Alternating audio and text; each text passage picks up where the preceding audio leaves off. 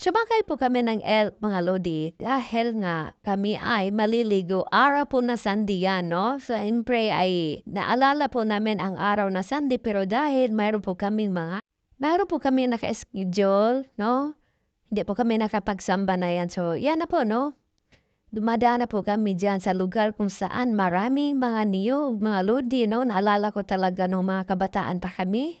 Dahil mahirap talagang buhay noong unang panahon mga lodi 'no, naghihintala po kami kung mayroong nahuhulog na mga gulang na niyog.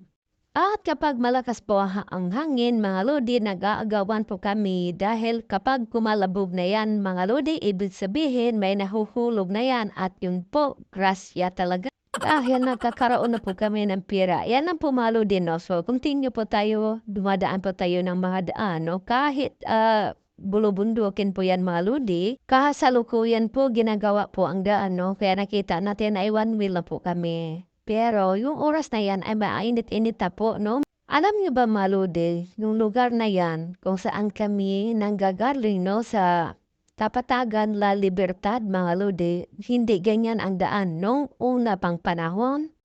Dahil kahit kalabaw po mismo mga lodi 'no, yung tinatawag sa amin na balsahan, nahihirapan pang dumaan dahil nga mga bulubundukin at hirap talaga mga lodi. Pero dumaan talaga ang panahon 'no mga lodi at ngayon talaga ay gumaganda na ang sitwasyon at ang lugar. Ayan po mga lodi, nakikita niyo 'yan. Pababa po 'yan mga lodi, 'yan nakasiminto na 'yan 'no. Kasi kung pumunta kami last year pa 2023 ganyan na siya 'no, pero ngayon dinagdagan na po nila para mas lalong gumaganda po. Pababa po kami diyan mga lodi at minsan po kami lahat diyan nagugulat. So, akala namin ay, ano nang nangyayari, pero 'yun pala mayroon lang tumunog po sa likod. Ayan po, nakikita niyo 'yan, parang bituka ng manok, pero maiksi lang naman.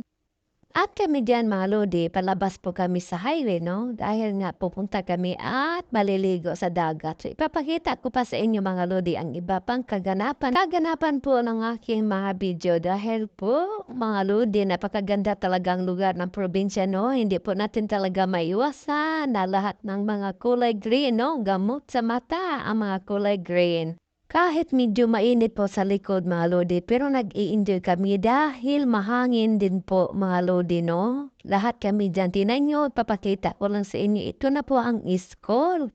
Kaya shout out po sa Kapatagan, La Libertad, Lanao del Norte, ayan po 'no. So, palabas na po kami diyan, pakanan na po kami mga lodi. So, ito na lang po, maraming salamat at shout out po sa lahat ng ating mga kaibigan. So, ito na po mga lodi 'no, napakainit pero napakasarap naman kahit, ganyan at maliwanag dahil sa sobrang init. Kasi ito nga lang po mga lodi 'no, maraming salamat sa panonood 'no.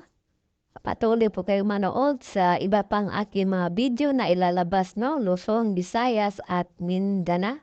At sa muli, thank you so much.